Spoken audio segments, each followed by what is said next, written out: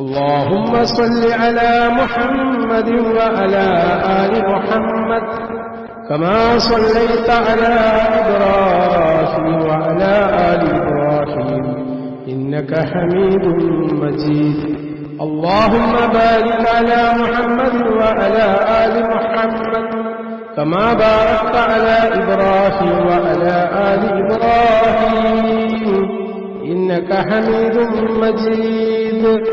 أما بعد فإن خير الحديث كتاب الله وخير الهدي هدي محمد صلى الله عليه وسلم وشر الأمور محدثاتها وكل محدثة بدعة وكل بدعة ضلالة وكل ضلالة في النار. يا أيها الذين آمنوا اتقوا الله حق تقاته ولا تموتن إلا وأنتم مسلمون. أعوذ بالله من الشيطان الرجيم. بسم الله الرحمن الرحيم. ولنبلونكم بشيء من الخوف والجوع ونقص من الأموال والأنفس والثمرات وبشر الصابرين الذين إذا أصابتهم مصيبة قالوا إنا لله وإنا إليه راجعون. ഏറെ സ്നേഹം നിറഞ്ഞ സത്യവിശ്വാസികളെ, ജീവിതത്തിന്റെ നിഖില മേഖലകളിലും നമ്മെ ശ്രദ്ധിച്ച് പരിപാലിക്കുന്ന, നമ്മെ അങ്ങേയറ്റം സ്നേഹിക്കുന്ന അല്ലാഹുവിന്റെ വിധിവിലക്കുകൾ സൂക്ഷിച്ച് ജീവിക്കണമെന്ന് എന്നോടും നിങ്ങളോടും ഉണർത്തുന്നു, വസിയ്യത്ത് ചെയ്യുന്നു. അല്ലാഹു സുബ്ഹാനഹു വ തആല നമുക്ക് ഓരോരുത്തർക്കും അതിനുള്ള തൗഫീഖ് പ്രദാനം ചെയ്യുമാറാവട്ടെ. സഹോദരങ്ങളെ, അല്ലാഹു ഈ ലോകത്തെ ക്രമീകരിച്ചിരിക്കുന്നത് വ്യത്യസ്തമായ പരീക്ഷണങ്ങൾ കൊണ്ട്. ഈ പരീക്ഷണങ്ങളെ നേരിട്ടുകൊണ്ട് മാത്രമേ വിശ്വാസികളായ നമുക്ക് മുന്നോട്ട് പോവാൻ സാധിക്കുകയുള്ളൂ. താൽക്കാലികമായ വിഭവങ്ങൾ നിറക്കപ്പെട്ട നശ്വരമായ ഒരു ഭൂമിയിലാണ് നമ്മൾ ജീവിക്കുന്നത്. അടിക്കടി പരീക്ഷണങ്ങൾ ഉണ്ടാവുക എന്നുള്ളത് അല്ലാഹുവിന്റെ സുന്നത്താണ്. അതുകൊണ്ട് വിശുദ്ധ ഖുർആനിന്റെ അധ്യാപനം നന്മകൾ നൽകിക്കൊണ്ടും തിന്മകൾ നൽകിക്കൊണ്ടും നാം നിങ്ങളെ പരീക്ഷിക്കുന്നതാണ്. പരീക്ഷകൻ അല്ലാഹുവാണ്. അപ്പൊ നല്ല കാര്യങ്ങൾ വരുന്ന സന്ദർഭത്തിൽ നമ്മൾ ഒരിക്കലും ചിന്തിക്കേണ്ടതില്ല ഞാൻ വലിയ ഹൈറിലാണ്, ബർക്കത്തിലാണ്. അത് പരീക്ഷണമാണ്. രോഗങ്ങൾ, തിന്മകൾ, പ്രയാസങ്ങൾ ഇതൊക്കെ വരുമ്പോൾ അതും പരീക്ഷണമാണ്. വിശുദ്ധ ഖുർആൻ സൂറത്ത് അൽ ബഖറയുടെ 155-156 വചനങ്ങൾ പല സന്ദർഭങ്ങളിലായി നമ്മൾ കേട്ടതാണ്. എന്താണ് ആയത്ത്? വല നബ്ലുവന്നക്കും بشيء من الخوف والجوع ونقص من الأموال والأنفس والثمرات وبشر الصابرين الذين إذا أصابتهم مصيبة قالوا إنا لله وإنا إليه راجعون. തീർച്ചയായും നാം നിങ്ങളെ പരീക്ഷിക്കുക തന്നെ ചെയ്യും. വലനബുലുവന്നക്കും എന്ന് പറഞ്ഞാൽ അതാണ്. ദുനിയാവ് പരീക്ഷണമാണ്, ജീവിത പരീക്ഷണമാണ്. അപ്പൊ പരീക്ഷിക്കുക തന്നെ ചെയ്യും. 5 തരം പരീക്ഷണങ്ങൾ. 5 തരം പരീക്ഷണങ്ങൾ വിശ്വാസം നേരിട്ടേക്കാം. ചിലപ്പോ ഒന്നായിരിക്കും, ചിലപ്പോ രണ്ടായിരിക്കും, ചിലപ്പോ ഒന്നിച്ചായിരിക്കും.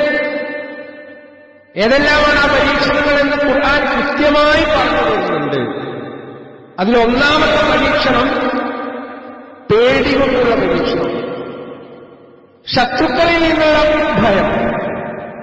വിശ്വാസിയായി ജീവിച്ചുകൊണ്ടിരിക്കുമ്പോ മറ്റുള്ള സമുദായത്തിൽപ്പെട്ട ആളുകൾ എന്നെ ആക്രമിക്കുമോ എന്നുള്ള പേടി. അതൊരു പരീക്ഷണമാണ്. ഭാവി എന്തായിത്തീരും? ഇലക്ഷന്റെ റിസൾട്ട് വരാൻ പോവാണ്. അടുത്ത തവണ ആര് ഭരിക്കും? മുസ്ലിങ്ങളുടെ ഭാവി എന്തായിത്തീരും? ഭാവിയെ സംബന്ധിച്ചുള്ള ആശങ്കകൾ. എന്റെ ജീവിതം, എന്റെ സമൂഹം, എന്റെ കുടുംബം, എന്റെ രാജ്യം സുരക്ഷിതമാകുമോ എന്നുള്ള പേടി. യുദ്ധം നടന്നുകൊണ്ടിരിക്കുന്നു, അത് നീണ്ടു പോകുമോ എന്നുള്ള പേടി. ഇതൊക്കെ പേടിയാണ്. ഇപ്പൊ പേടി കൊണ്ട് അല്ലാഹു നിരീക്ഷിച്ചു. വലനബുലുവന്നകും ബിശൈഇൻ മിനൽ ഖൗഫ്. രണ്ടാമത് പറയുന്നു വൽജൂ, വിശപ്പ് കൊണ്ട്, ദാരിദ്ര്യം കൊണ്ട്, പട്ടിണി കൊണ്ട്. ഭക്ഷണം അതിന്റെ ലഭ്യത കുറഞ്ഞു വരിക. ധാരാളമായിട്ടുണ്ടായ ഒരു സംഗതി പെട്ടെന്ന് വരൾച്ച ഉണ്ടാകുന്നു, അല്ലെങ്കിൽ ഭക്ഷണത്തിന്റെ ക്ഷാമം നേരിടുന്നു. നമുക്കൊക്കെ അറിയാം, ഗ്യാസിന്റെ ലഭ്യത കുറഞ്ഞപ്പോ ഹോട്ടലുകൾ കൂട്ടി. ഇത് ഒരു പരീക്ഷണമാണ്. വിശപ്പ് കൊണ്ട് പരീക്ഷണം, ആവശ്യത്തിന് ഭക്ഷണം കിട്ടാത്ത വരിക. പിന്നെന്താ പറഞ്ഞത്? വനഖ്സിൻ മിനൽ അംവാൽ, ധനത്തിന്റെ നഷ്ടം. ധനം സമാഹരിക്കപ്പെട്ടെങ്കിൽ മാത്രമേ നമ്മുടെ ജീവിതം മുന്നോട്ട് പോകൂ. കച്ചവടത്തിന്റെ തകർച്ച, ബിസിനസ് സ്ഥാപനങ്ങൾ തുടങ്ങുന്ന ഒരുപാട് ആളുകൾ അവര് പറയുന്ന കാര്യപ്പെട്ട പരാതി ഒന്നും നടക്കില്ല. എന്നാൽ നടന്നിരുന്ന ഒരു കാലഘട്ടം ഉണ്ടായിരുന്നു. പരീക്ഷണമാണ്. നല്ല ജോലിയുള്ള ലക്ഷക്കണക്കിന് രൂപയുടെ ശമ്പളമുള്ള ജോലി പെട്ടെന്ന് നഷ്ടപ്പെടുക പരീക്ഷണമാണ്. അപ്രതീക്ഷിതമായിട്ടുള്ള സാമ്പത്തികമായ ബാധ്യതകൾ കുഴിഞ്ഞുകൂടുക. കോടികളുടെ ആസ്തിയുണ്ടായ ആളുകൾ പെട്ടെന്ന് കച്ചവടം നഷ്ടപ്പെട്ട് കോടികളുടെ ധനനഷ്ടത്തിന് വിധേയരാകുന്നു. പരീക്ഷണമാണ്. സമ്പാദിച്ചു വെച്ചു കൂട്ടിയ കാര്യങ്ങൾ പെട്ടെന്ന് നശിച്ചു പോകുക പരീക്ഷണമാണ്. ഒരു ബിൽഡിംഗ് നമ്മൾ ഉണ്ടാക്കി 50 1 കോടിയൊക്കെ ചെലവഴിച്ച് ബിൽഡിംഗ് ഉണ്ടാക്കി വാടകയ്ക്ക് കൊടുക്കാൻ, കച്ചവടത്തിന് കൊടുക്കാൻ, പെട്ടെന്ന് അത് ആരും ആകുന്നില്ല. അപ്പൊ നമ്മുടെ എഫക്റ്റ് തെറ്റാവുകയാണ്. പരീക്ഷണമാണ് സഹോദരങ്ങളെ, ഈ രൂപത്തിലുള്ള പരീക്ഷണം. പിന്നെന്താ ഖുർആൻ പറയുന്നത്? വനഖ്സിൻ മിനൽ അംവാലി വൽ അൻഫുസ്, ജീവനഷ്ടം. നമ്മുടെ അടുത്ത ഒരു സുഹൃത്തിന്റെ പ്രിയപ്പെട്ട മകൻ, നമ്മളൊക്കെ കേട്ട വാർത്തയാണ്. 15 വയസ്സുള്ള ഒരു കുട്ടി SSLCക്ക് ഏറ്റവും നല്ല മാർക്ക് വാങ്ങി. മാർക്കിന്റെ റിസൾട്ട് അറിയുന്ന സമയത്ത് അദ്ദേഹം ICUവിലാണ്. ഒരു പിതാവിനെ സംബന്ധിച്ചിടത്തോളം ഒരിക്കലും താങ്ങാൻ പറ്റാത്ത നഷ്ടമാണ്, ജീവനഷ്ടം. തന്റെ മകൻ അല്ലെങ്കിൽ മകൾ മരണപ്പെടുക എന്നുള്ളത്. പ്രിയപ്പെട്ടവരുടെ മരണം, രോഗങ്ങൾ, ശാരീരികമായിട്ടുള്ള അവശതകൾ, പെട്ടെന്ന് സ്ട്രോക്ക് ബാധിക്കുക പരീക്ഷണമാണ്. നമ്മുടെ മക്കൾ, മാതാപിതാക്കൾ എന്നിവരുടെ പെട്ടെന്നുള്ള മരണം ഒരു വലിയ പരീക്ഷണമാണ്.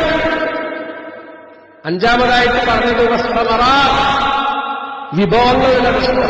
നല്ല ഒരു കൃഷി ഉണ്ടാക്കി, ആ കൃഷിയൊക്കെ ഉണ്ടാക്കിയിട്ട് അതിന്റെ വിഭവം, ഫലം കൊയ്തെടുക്കാൻ നേരത്തെ ഒരു കൊടുങ്കാറ്റുണ്ടായി, അല്ലെങ്കിൽ ചുഴലിക്കാറ്റുണ്ടായി, അല്ലെങ്കിൽ വെള്ളപ്പൊക്കമുണ്ടായി, അത് മുഴുവൻ നാശനഷ്ടത്തിലേക്ക് പോയി.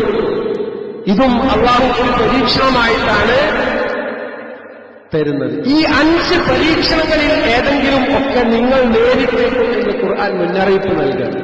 ഇത് പറഞ്ഞതിന് ശേഷം ഖുർആൻ എന്താ പറയുന്നത്? വബശ്ശിരി സ്വാബിരീൻ, എന്നാൽ ക്ഷമാലുക്കൾക്ക് നിങ്ങൾ സന്തോഷവാർത്ത അറിയിക്കുക. കാരണം ആരാണ് ക്ഷമാലുക്കൾ? വിശ്വാസികൾ ആരാണ്? അല്ലദീന ഇദാ അസാബത്തുഹും മുസീബ ഖാലൂ ഇന്നാ ലില്ലാഹി വ ഇന്നാ ഇലൈഹി റാജിഊൻ. വിശ്വാസികൾക്കറിയാം ജീവിതം എന്നുള്ളത് പരീക്ഷണമാണ്. വ്യത്യസ്ത രൂപത്തിലുള്ള പരീക്ഷണങ്ങൾ വന്ന് ഭവിച്ചേക്കാം. അപ്പൊ അത്തരം ഘട്ടത്തിൽ വിശ്വാസി അള്ളാഹുവിനുള്ള വിധിവിശ്വാസമുള്ളവർ, ഷർറും ഖൈറും അള്ളാഹുവിനുള്ളതാണെന്നുള്ള വിശ്വാസം വിശ്വാസിക്ക് മാത്രമുള്ളതാണ്. അതാണ് ഖളാ ഖദറിനുള്ള വിശ്വാസം. അജബുൽ അംരിൽ മുഅ്മിൻ, വിശ്വാസിയുടെ കാര്യം അത്ഭുതകരമാണ് എന്ന് പ്രവാചകൻ സല്ലല്ലാഹു അലൈഹി വസല്ലം പഠിപ്പിച്ചത് അതാണ്. നന്മയും തിന്മയും അള്ളാഹുവിനുള്ളതാണ്. ഈ ലോക ജീവിതം താൽക്കാലികമാണ്. മരണം എന്നുള്ളത് കൃത്യമായി നേരത്തെ പ്രഖ്യാപിക്കപ്പെട്ടതാണ്, നിശ്ചയിക്കപ്പെട്ടതാണ്. അതുകൊണ്ട് എന്റെ റബ്ബ് എനിക്ക് നിശ്ചയിച്ചതെല്ലാം ഹൈറാണ് എന്നുള്ള അചഞ്ചലമായ വിശ്വാസം, അതാ വിശ്വസിക്കേണ്ടത്. രണ്ട്, അവൻ പറയും ഇന്നാലില്ലാഹി വ ഇന്നാ ഇലൈഹി റാജിഊൻ. നമുക്കറിയാം, ഞാൻ അല്ലാഹുവിനുള്ളതാണ്. ഒരു പ്രയാസം, ഒരു ബുദ്ധിമുട്ട്, ഒരു പ്രതിസന്ധി, ഒരു മരണം, ഒരു അപകടം, ഈ വാർത്ത കേൾക്കുമ്പോൾ വിശ്വാസി പറയും ഇന്നാലില്ലാഹി വ ഇന്നാ ഇലൈഹി റാജിഊൻ. തീർച്ചയായും ഞാൻ അല്ലാഹുവിനുള്ളതാണ്, അവങ്കലേക്ക് തന്നെയാണ് നമ്മുടെ മടക്കം. നാം സ്നേഹിക്കുന്നവരും നമ്മളും അല്ലാഹുവിന്റെ ഉടമസ്ഥതയിലാണുള്ളത്. അല്ലാഹ് ഉടമയാണ്, നമ്മൾ അടിമയാണ്. ഈ ഒരു ബോധം സഹോദരന്മാരെ, ഏറ്റവും അടുത്ത നമ്മുടെ ആളുകളുടെ മരണമുണ്ട്. അത് മക്കളാവാം, ഭാര്യയാവാം, പിതാവാവാം. പ്രത്യേകിച്ച് മക്കൾ, കൗമാരത്തിലെത്തിയ മക്കളുടെ മരണം സംഭവിക്കുന്ന സന്ദർഭത്തിൽ എത്രമാത്രം വലിയ വിഷമമായിരിക്കും ഒരു പിതാവിനും മാതാവിനും ഉണ്ടാവുക. ഇതിനെ സംബന്ധിച്ച് പ്രവാചകൻ സല്ലല്ലാഹു അലൈഹി വസല്ലം പഠിപ്പിക്കുന്നുണ്ട്.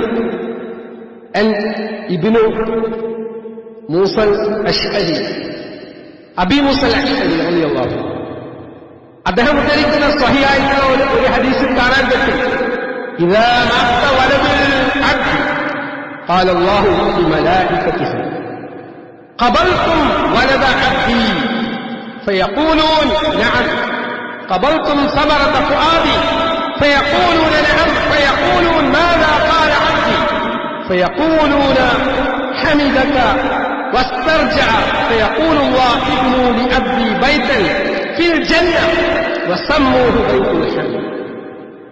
എത്ര മനോഹരമായ ഹദീസാണിത്. അതായത് ഒരു അടിമയുടെ മകൻ മരണപ്പെട്ട അല്ലാഹു മലക്കുകളോട് പറയും, അള്ളാഹുവിന്റെ ദാസന്റെ ഒരു മകൻ മരണപ്പെട്ടാൽ അള്ളാഹു മലക്കുകളോട് പറയും, നിങ്ങൾ എന്റെ അടിമയുടെ മകന്റെ ആത്മാവിനെ ഏറ്റെടുത്തോ? അള്ളാഹ്ക്കറിയാത്തോണ്ടല്ലേ ഈ ചോദ്യം, അള്ളാഹ്ക്കറിയാം. എന്നിട്ടും അള്ളാഹുവിന്റെ അടിമകളായിട്ടുള്ള മലക്കുകളോട് അവർ ചോദിക്കുകയാണ്, നിങ്ങൾ എന്റെ ദാസന്റെ മകന്റെ ആത്മാവിനെ ഏറ്റെടുത്തോ? അപ്പൊ മലക്കുകൾ പറയും അതെ. അപ്പൊ അള്ളാഹ് ചോദിക്കും, അവന്റെ ഹൃദയത്തിന്റെ കനിയെയാണോ നിങ്ങൾ പിടിച്ചെടുത്തത്? ഹിതാത്മഹത്യെന്ന് പറയുന്നു. കരളിന്റെ കഷ്ടം, ഹൃദയത്തിന്റെ ഭാഗം, അതാണോ നിങ്ങൾ പിടിച്ചെടുത്തത്? അപ്പോൾ അവർ പറയും അതെ. അപ്പൊ അള്ളാഹ് ചോദിക്കും, ആ മകനെ പിടിച്ചെടുത്തപ്പോ ആ മകന്റെ കാര്യത്തിൽ പിതാവ് അല്ലെങ്കിൽ ഉമ്മ എന്താണ് പറഞ്ഞത്? അപ്പൊ മലക്കുകൾ പറയാണ്, അവൻ നിന്നെ സ്തുതിക്കുകയും അൽഹംദുലില്ലാഹ് ഇന്നാ ലില്ലാഹി വ ഇന്നാ ഇലൈഹി റാജിഊൻ ഇതാ പറഞ്ഞത്. സർവസ്തുതിയും അല്ലാഹുവിനുള്ളതാണ്, ഞങ്ങൾ അല്ലാഹുവിനുള്ളതാണ്, ഞങ്ങളുടെ മടക്കം അല്ലാഹുവിലേക്കാണ്. ഇതാണ് അവർ പറഞ്ഞത്. ഇത് കേട്ട മാത്രമേ അല്ലാഹു മലക്കുകളോട് കൽപ്പിക്കും, എന്റെ അടിമക്ക് സ്വർഗത്തിൽ നിങ്ങളൊരു വീട് നിർമ്മിക്കുക, ആ വീടിന് ബൈത്തുൽ ഹംദ് എന്ന് നാമകരണം ചെയ്യുക. അതായത് ഒരു പരീക്ഷണം ജീവിതത്തിൽ വരുന്ന ഘട്ടത്തിൽ വിശ്വാസം സ്വീകരിക്കുന്ന നിലപാട് ക്ഷമയാണ്, സ്വഭാവത്തിന് ഭംഗിയായിട്ടുള്ള ക്ഷമ. ഇവിടെ അള്ളാഹു വിശേഷിപ്പിച്ചത് സമറത്ത് ഫുആദിഹി, ഹൃദയത്തിന്റെ കനി. ആ കനി നഷ്ടപ്പെടുന്ന സന്ദർഭത്തിൽ അതിനുണ്ടാകുന്ന വേദന അള്ളാഹ്ക്കറിയാം. ബോധപൂർവം തന്നെയാണ് സംഭവിക്കുന്നത്. വലിയ പ്രതിഫലം അല്ലാഹു സുബ്ഹാനഹു വ തആല ഈ വ്യക്തിക്ക് വിശ്വാസിക്ക് നാളെ പരലോകത്ത് നൽകാൻ വേണ്ടിയിട്ടാണ് ഈ ഒരു നഷ്ടം ദുനിയാവിൽ വെച്ച് കൊടുക്കുന്നത്. അപ്പൊ ഇത്തരം മരണങ്ങൾ വിശ്വാസിക്ക് ഒരുപാട് പാഠങ്ങൾ നൽകുന്നു എന്നാണ് പ്രിയപ്പെട്ടവരെ സൂചിപ്പിക്കാനുള്ളത്. ഒന്ന്, ജീവിതത്തിന്റെ നശ്വരതയാണ് അത് വെച്ചുകൊടുക്കുന്നത്. നമ്മളെങ്ങനെ വളരെ മനോഹരമായി ജീവിതം മുന്നോട്ട് കൊണ്ടുപോകുമ്പോ നമ്മൾ വിചാരിക്കുന്ന കാര്യങ്ങളൊക്കെ നമ്മുടെ പോസിറ്റീവാണ്. ഒരിക്കലുമില്ല. അല്ലാഹ് തീരുമാനിച്ചത് മാത്രമേ ഈ ദുനിയാവിലുള്ളൂ. അതുകൊണ്ട് നമ്മുടെ പ്രതീക്ഷകൾ നല്ലതാണ്, പക്ഷേ എല്ലാ പ്രതീക്ഷകളും പൂവണയണം എന്നില്ല. SSLCക്ക് മുഴുവൻ നല്ല മാർക്ക് വാങ്ങിയ ഒരു കുട്ടി +2 പറഞ്ഞേക്കണം, അതിനുശേഷം തുടർ പഠനത്തിലേക്ക് അവരെ കൊണ്ടുപോകണം എന്നുള്ള കൃത്യമായ പ്ലാനിംഗ് രക്ഷിതാക്കൾ നടത്തിക്കൊണ്ടിരിക്കുന്ന വേളയിലാണ് സ്കൂളിലേക്ക് പുറപ്പെടുന്ന വേളയിലാണ് മരണം സംഭവിക്കുന്നത്. പ്ലാനുകൾ തെറ്റി ജീവിതം നശ്വരമായുള്ള പാടാണ്. രണ്ട്, ഒന്നും നമ്മുടെ ഉടമസ്ഥാവകാശത്തിലല്ല, അള്ളാഹു നമ്മെ ഏൽപ്പിച്ച അമാനത്താണ് നമ്മുടെ സമ്പത്തും നമ്മുടെ സന്താനങ്ങളും. ഈ അമാനത്ത് വിശ്വസ്തമായിട്ട് ഡീല് ചെയ്യുന്നുണ്ടോ, കൈകാര്യം ചെയ്യുന്നുണ്ടോ, അതാ അള്ളാഹു പരിശോധിക്കുന്നത്. മക്കൾ നമ്മുടെ ഉടമസ്ഥതയിലല്ല, അള്ളാഹു നമ്മെ ഏൽപ്പിച്ച അമാനത്താണ്. അള്ളാഹുവിനുള്ളതാണ് മക്കൾ. അള്ളാഹ് അതിന്റെ സമയം വരുമ്പോൾ തിരിച്ചെടുക്കുന്നു. ഇതാണ് രണ്ടാമത്തെ പാഠം. മൂന്ന്, ഏതിനാണ് നമ്മൾ മുന്തിയ പരിഗണന നൽകേണ്ടത്? നമ്മുടെ ജീവിതത്തിൽ നമ്മൾ ഏറ്റവും വലിയ പരിഗണന എന്തിനാണ് കൊടുക്കേണ്ടത്? അതാണ് ഇത്തരം മരണങ്ങൾ നമുക്ക് നൽകുന്നത്. ഭൗതിക നേട്ടങ്ങൾക്ക് വേണ്ടിയിട്ടാണോ, ജീവിതത്തിന് വേണ്ടിയിട്ടാണോ നമ്മൾ പ്രാധാന്യം കൊടുക്കേണ്ടത്? ഏറ്റവും കൂടുതൽ സ്നേഹിക്കുന്നത് ആരെയാണ്? അള്ളാനെയാണോ? മക്കളെ സ്നേഹിക്കാം, ഭാര്യനെ സ്നേഹിക്കാം, കുടുംബത്തെ സ്നേഹിക്കാം, ഒക്കെ സ്നേഹിക്കാം. പക്ഷേ ഏറ്റവും കൂടുതൽ സ്നേഹിക്കേണ്ടത് അള്ളാനെയാണ്. അള്ളാഹ് എനിക്ക് തന്ന കാര്യങ്ങളാണ്. നാലാമതായിട്ട് ഇത് നൽകുന്ന പാഠം, ക്ഷമയ്ക്ക് വലിയ പ്രതിഫലമുണ്ട്. ജീവിതം മുഴുക്കെ ക്ഷമിക്കേണ്ടവരാണ് വിശ്വാസികൾ. ക്ഷമിക്കാതെ ഒരാൾക്കും ജീവിക്കാൻ പറ്റില്ല. ഏറ്റവും കൂടുതൽ പരീക്ഷിക്കപ്പെട്ടത് പ്രവാചകന്മാരാണ്. ഒരു തിന്മ ചെയ്തിട്ടല്ല അവർ പരീക്ഷിക്കപ്പെട്ടത്. അതുകൊണ്ട് വിശ്വാസികൾ പലതരത്തിൽ പരീക്ഷിക്കപ്പെടും. ജീവഹാനി ഉണ്ടാവാം.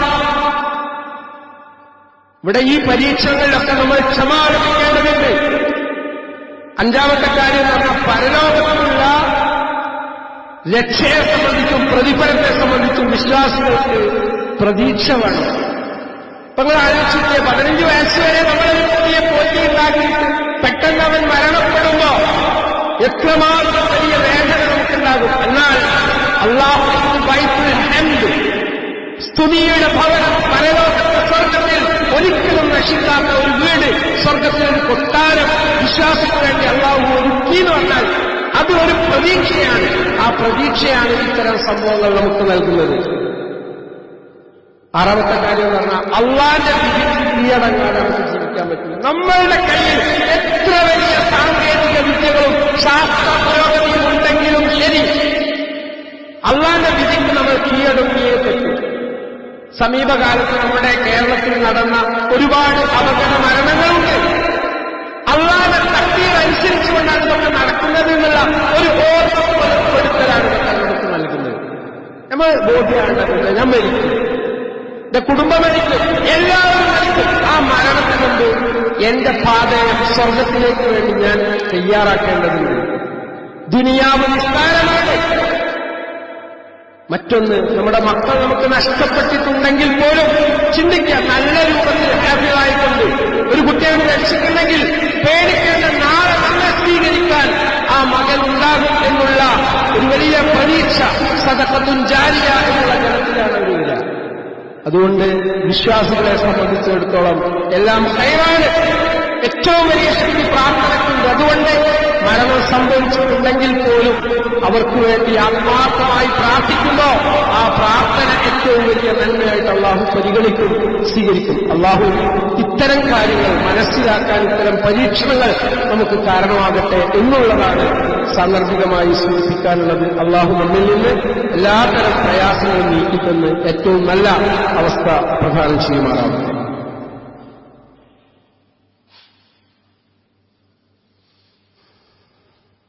അൽഹംദുലില്ലാഹി റബ്ബിൽ ആലമീൻ വസ്സലാത്തു വസ്സലാമു അലാ റസൂലില്ലാഹി വഅലാ ആലിഹി വഅസ്ഹാബിഹി അജ്മഈൻ. യാ അയ്യുഹല്ലദീന ആമനൂ തഖുല്ലാഹ ഹഖ്ക തുഖാതിഹി വലാ തമൂതുന്ന ഇല്ലാ വഅൻതും മുസ്ലിമൂൻ. സ്നേഹം നിറഞ്ഞ സത്യവിശ്വാസികളെ, ചൂട് കൂടിക്കൊണ്ടിരിക്കുന്നു. തമ്മ ആളുകൾ കാണുമ്പോൾ പറയുന്ന വർത്താനം ചൂടിനെ കുറിച്ചാണ്, കാലാവസ്ഥയെ കുറിച്ചാണ്. എന്നാൽ നമ്മൾ മനസ്സിലാക്കേണ്ടത്, നമ്മൾ 500 ആളുകളുടെ ചൂടിനെ കുറിച്ച് പറഞ്ഞാലും 500 ആളുകൾക്ക് ഈ ചൂട് കൂട്ടാനോ കുറക്കാനോ ഒന്നും പറ്റില്ല.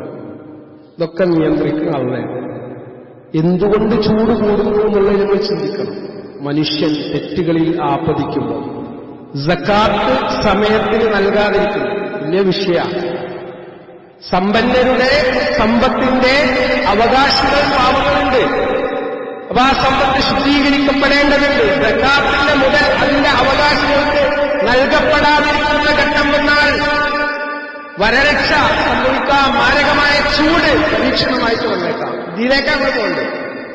നമ്മുടെ ഭാഗത്ത് എന്തെങ്കിലും തെറ്റ് സംഭവിക്കുന്നുണ്ടോ? എല്ലാറ്റിനും സർക്കാരിനെയും സംവിധാനങ്ങളെയും കുറ്റപ്പെടുത്തുന്നതിന് പകരം ഈ ചൂട് കൂടാനുള്ള കാരണക്കാരൻ ഞാനാണോ? കണ്ണുകൊണ്ട് വ്യഭിചരിക്കുന്നവരുടെ എണ്ണം കൂടിക്കൊണ്ടിരിക്കുന്നു. കണ്ണുകൊണ്ട് വ്യഭിചരിക്കുന്നു. 24 hours 24 മണിക്കൂറും ഈ വ്യഭിചാരം നടന്നുകൊണ്ടിരിക്കുന്നു. കാരണം ആരും കാണുന്നില്ല എന്ന് കരുതിക്കൊണ്ടാണ് അവൻ വ്യഭിചരിക്കുന്നത്. പക്ഷേ അല്ലാഹു സുബ്ഹാനഹു വ തആല വഹുവൽ ഖാഹിറു ഫൗക ഇബാദിഹി, മുകളിൽ നിരീക്ഷകനായിട്ട് സൂക്ഷിപ്പുകാരനായിട്ട് അള്ളണ്ട്. അവർ ബോധം നഷ്ടപ്പെടുകയാണ്. അപ്പൊ പരീക്ഷണം ഉണ്ടാവും. എന്താ പ്രതിവിധി? അള്ളാഹുവിലേക്ക് ഖേദിച്ചു മടങ്ങുക എന്നുള്ളതാണ്.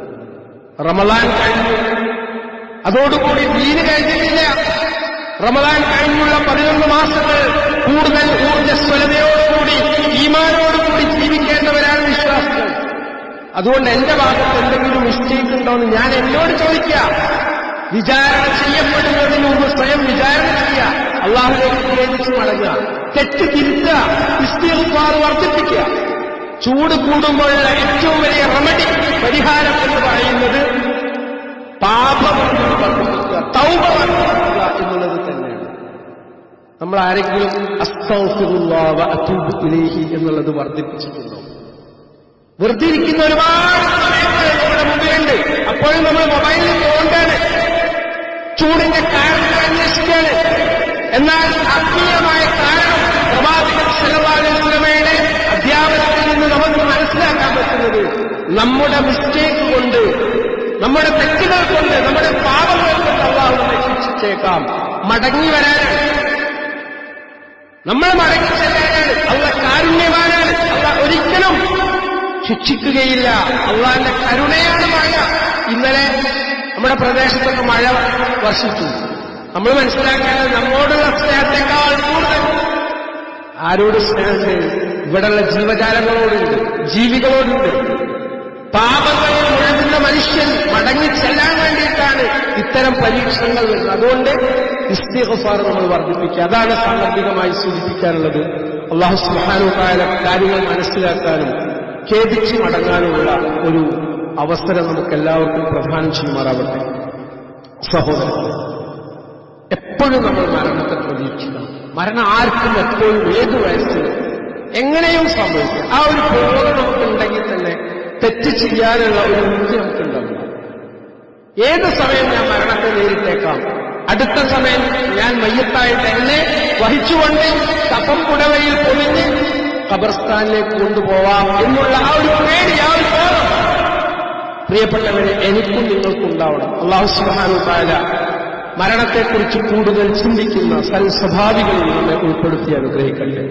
അല്ലാഹു ഗ്ഫിർ ലിൽ മുഅ്മിനീന വൽ മുഅ്മിനാത്ത് വൽ മുസ്ലിമീന വൽ മുസ്ലിമാത്ത് അൽ അഹ്യാഅ മിൻഹും വൽ അംവാത്ത് ഇന്നക മുജീബുദ് ദഅവാത് യാ ഖാദിയൽ ഹജാത്ത് തവഫനാ മുസ്ലിമൻ വഅൽഹിഖ്നാ ബിസ്സാലിഹീൻ.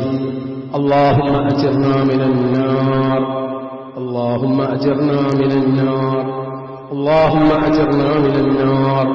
ربنا تقبل منا إنك أنت السميع العليم وتب علينا إنك أنت التواب الرحيم.